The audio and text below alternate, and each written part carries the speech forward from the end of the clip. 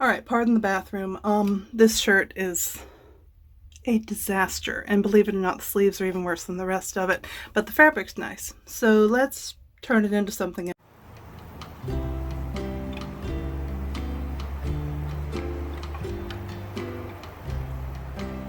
Alright, that took a minute. So we have, I don't know, the core around which we shall build. I haven't managed to get that off yet.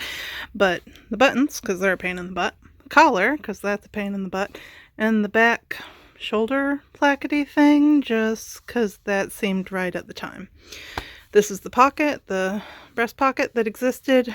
I'm definitely going to reuse that in its intended purpose.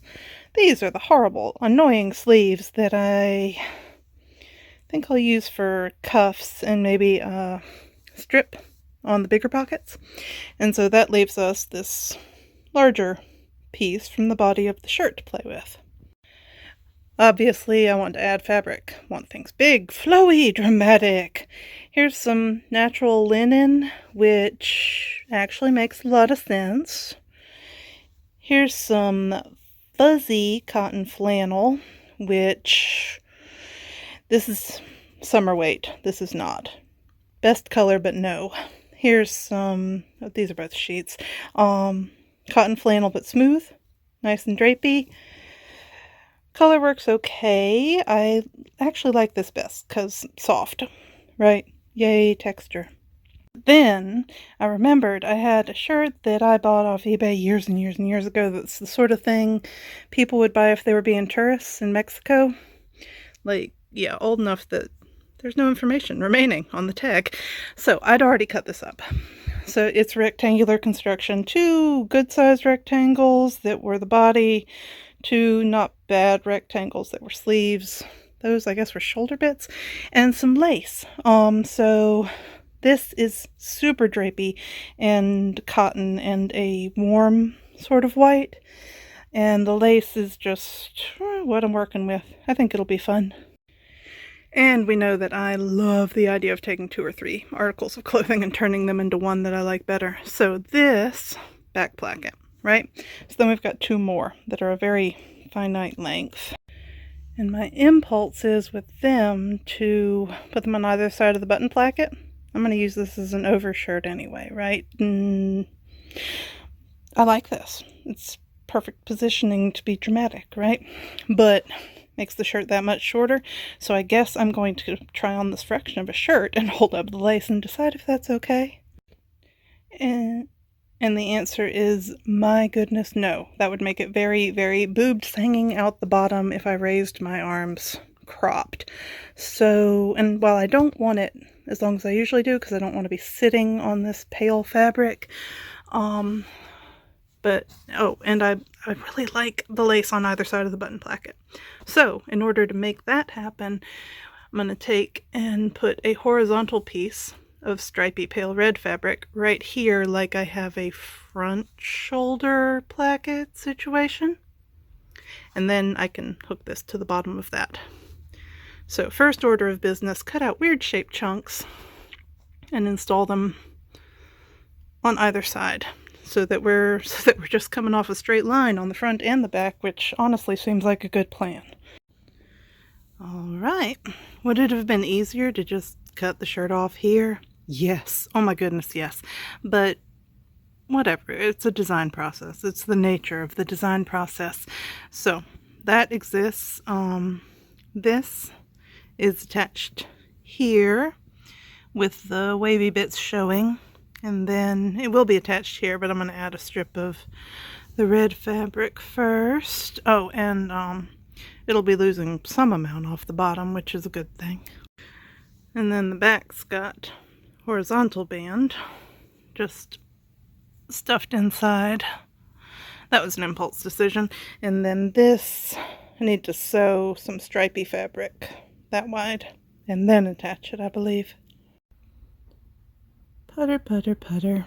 For the record, I would be done with this, but I had to go out of town for a few days to help with my nibbling. So this is the back almost put together right here.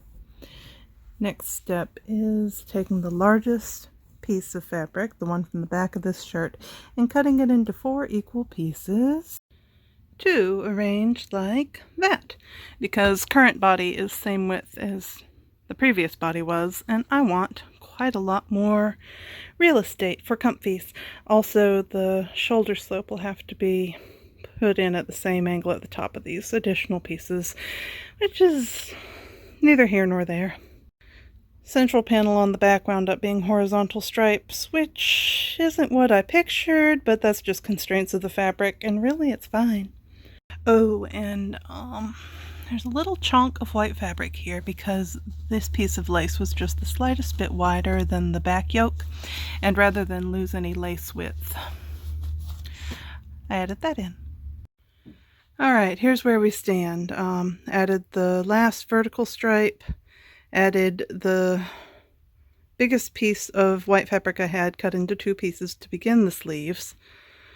The last square piece of stripy fabric has to be the next stripe.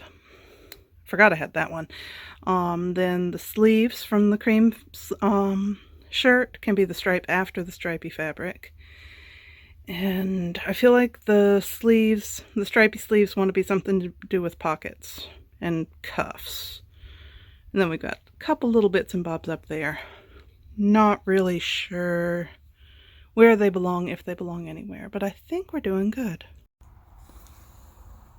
Alright, there is a light at the end of this particular tunnel.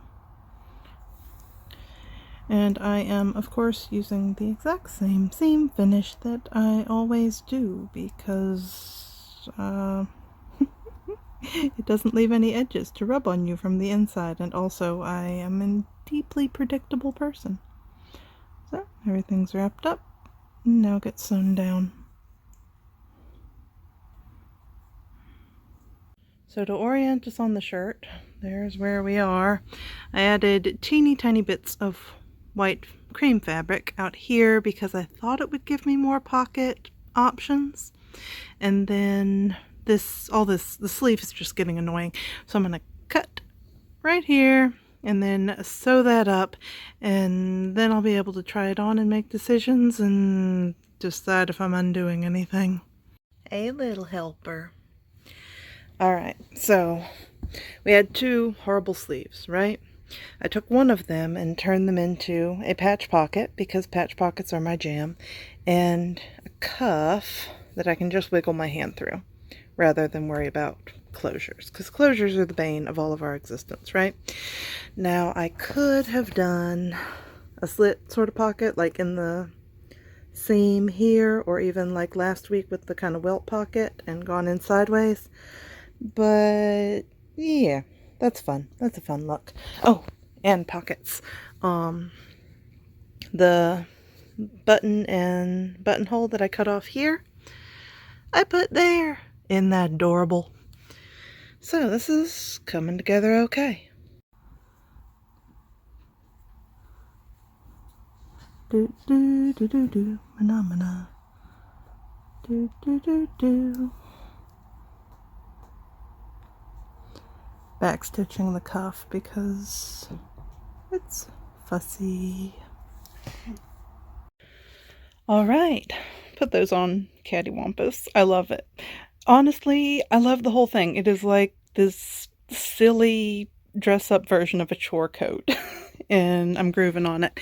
Except for that. Okay, I didn't love the fact that it was all white to begin with, but it was okay, right? And then I went and added off-white. And now it's just, oh god, it's so bad. So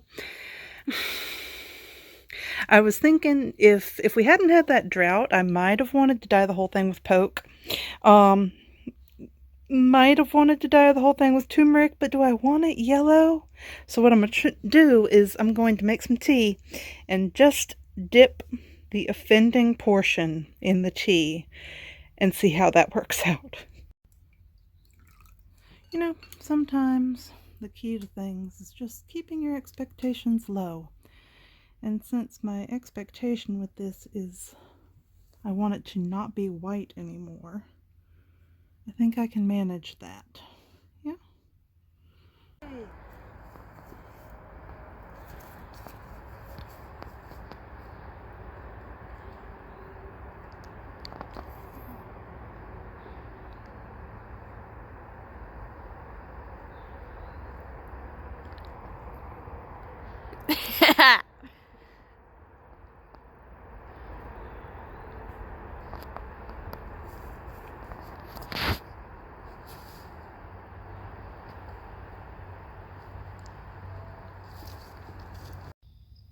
I'm pretty sure there's 2 anoles in this guava.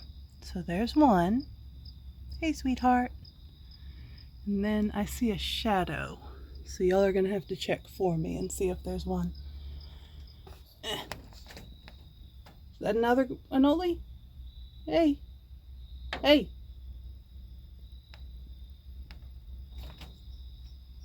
I think it was. Sorry to disturb you, ma'am.